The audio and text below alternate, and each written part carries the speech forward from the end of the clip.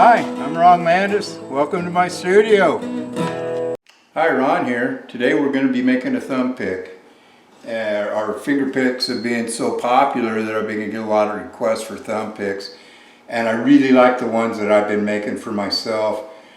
I make them out of sterling silver, and I find the tone is unlike any metal thumb picks that I've used. It's pretty thick gauge. The blade is thick and soft.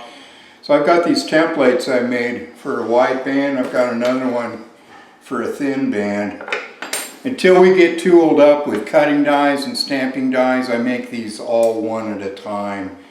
And I'll start just by tracing my template. And for the first tracing, it's not complete, and I'll just rough cut this. For one, this player has small fingers, so this is going to be a smaller size. And also I'm going to hammer this band a little thinner, so that'll stretch out. But first I got to cut it out, and I'm doing that with my Potter USA jeweler saw. And I just found out he's starting in production. He's making these things again. And it's at potterusa.com. Check it out. I'm using about a 4-aught jeweler's blade. These little bird light on there to lubricate it.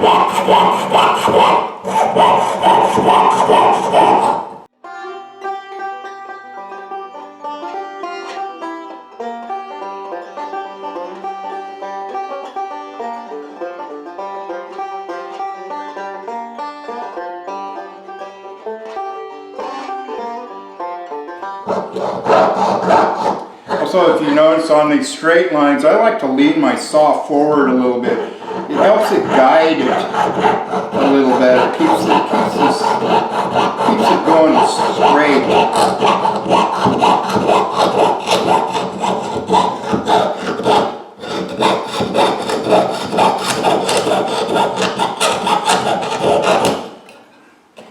It's roughed out now, and I'm going to take it to the anvil and hammer it down a little bit.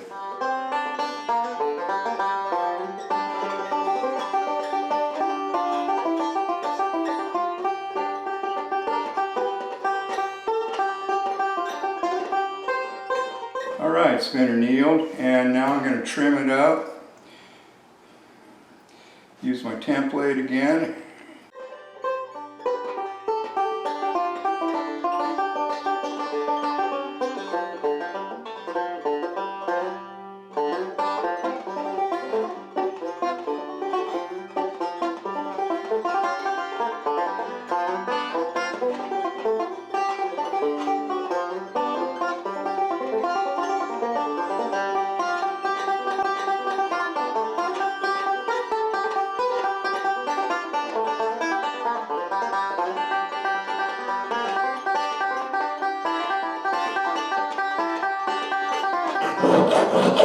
Let's taper this notch where it goes up your thumb a little bit on the back edge of your thumb here, just for comfort. I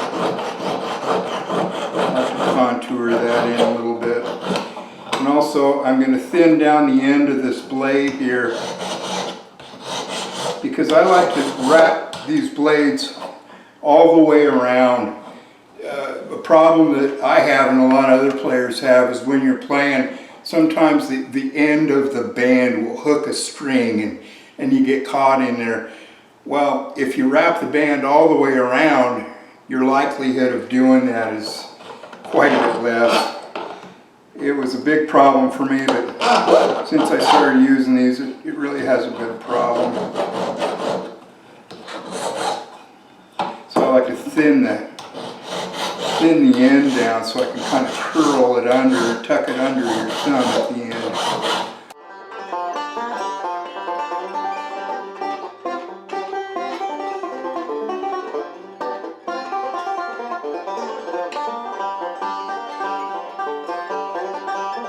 Since I'm making these all by hand, one at a time, I can do any kind of blade shape at the end. Some people like them really pointy, some people shorter and rounder.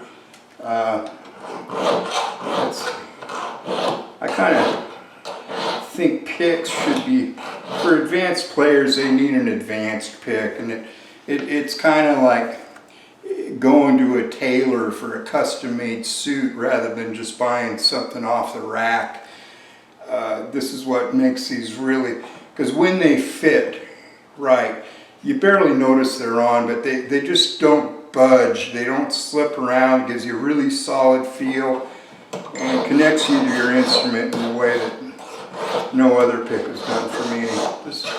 This is what got me to developing these more. I said, as long as I'm doing this, I want something that's really going to work right for me. If they work right for me, well, maybe they'll work right for other people too. So far they've been pretty well received. Thumbpicks are kind of new. I'm having a hard time with the sizing because, like I said, it's kind of like going to tailor, and that's hard to do over the phone.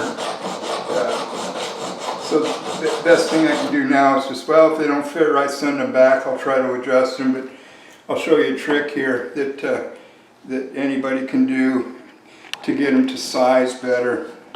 If you're thinking about buying one of these,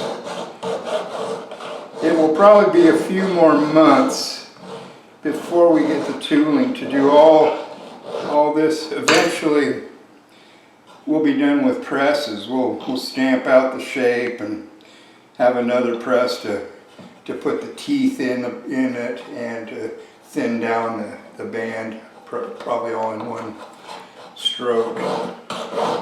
But in any case, they still need to be hand finished like this.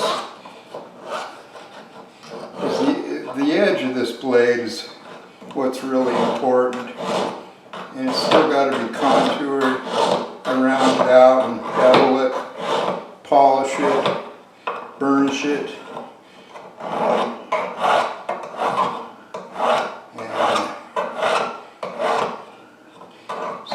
They're really quiet. I mean, as far as metal picks go, if anybody's tried metal picks before, I hated all of them, but these silver ones, silver's really soft, so it's kind of like, there's some popular thumb picks out there made of a really hard plastic, and so the hardness is similar to silver. And I actually had two of those that I made for myself using these expensive flat pick blades.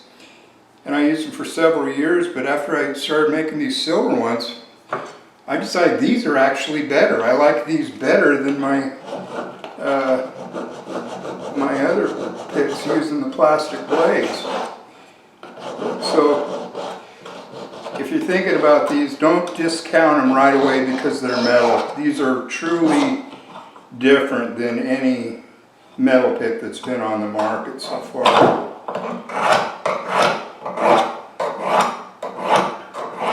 Silver does have some good acoustic qualities to it, and that's why the best flutes are made of silver, the best bells are made of silver. I always wanted to make a banjo with a silver tone ring. It'd be really expensive, and I'll bet it would sound really good.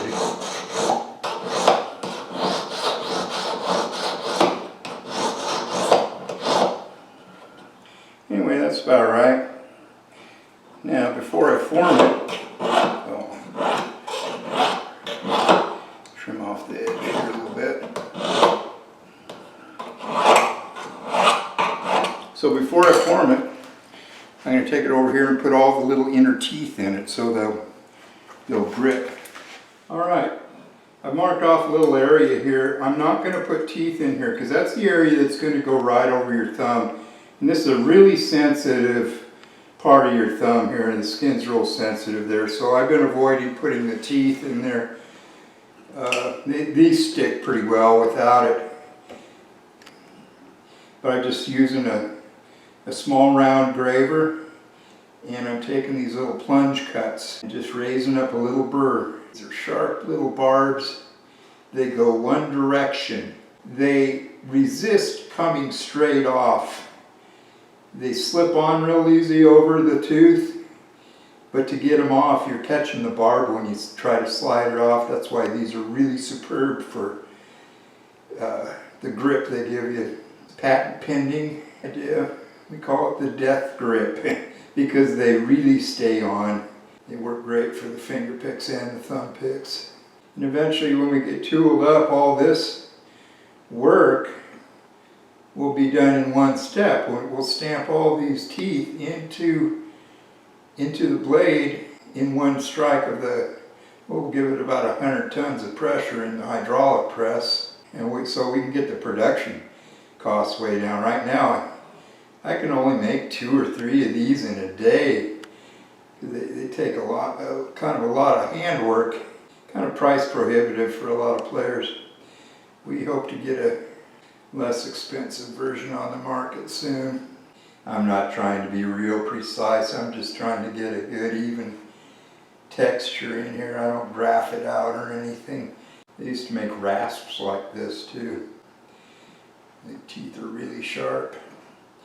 And the rasps, they don't do those mechanically aligned either. You want them random so they don't grind in lines. This one's going to a dobro player. That's why it's wide. I've been using the thinner bands lately for steel guitar and banjo. And I even experimented one that's really, really thin. It's less than 1/4 of an inch, not quite an eighth. Very minimalist pick, but it's pretty thick though. So it still gives you a pretty solid feel. I think steel guitar players might like that one. But these thick ones are really good for dobro and guitar. Or if you've got thicker strings, might tend to need a little force for picking them.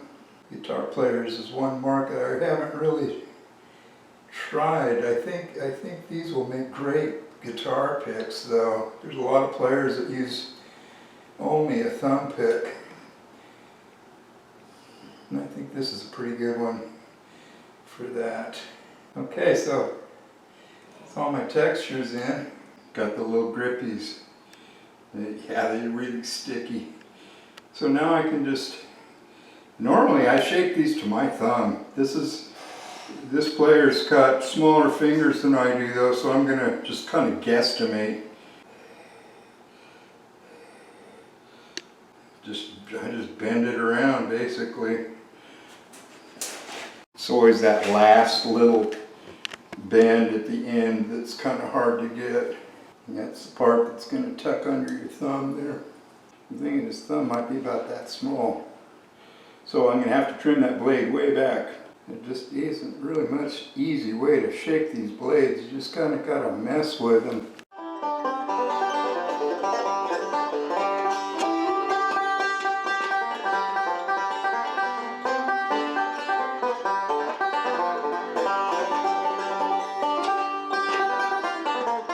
So one trick I found out is I can get it kind of tight on my thumb this way, side to side. I kind of squeeze it in, and then I put a rag over it and just use my finger as a mandrel and just hammer that down until it feels right.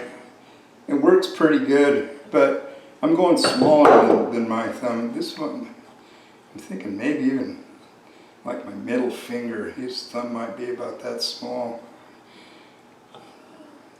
Well, we'll give it a go, and if he doesn't like it, he can mess with it or send it back.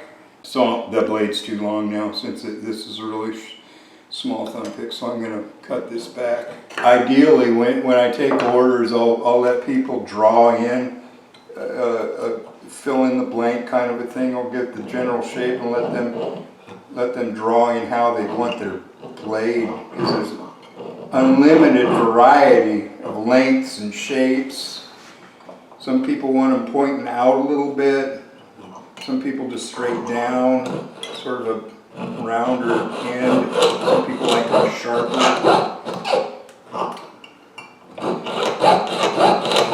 Mostly they just want what they're used to. So they'll send me a picture of their picks and they'll say, do it like this, but make it sober. We were hoping to be showing these at Winfield this year. I'm disappointed that isn't going on. We'd probably be setting up there right now if that was going on.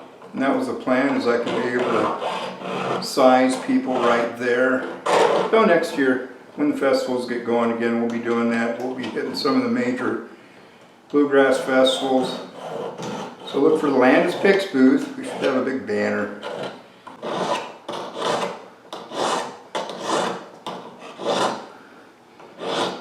Smooth it out a little bit. We'll take it back here and buff it down. Should be about ready to go.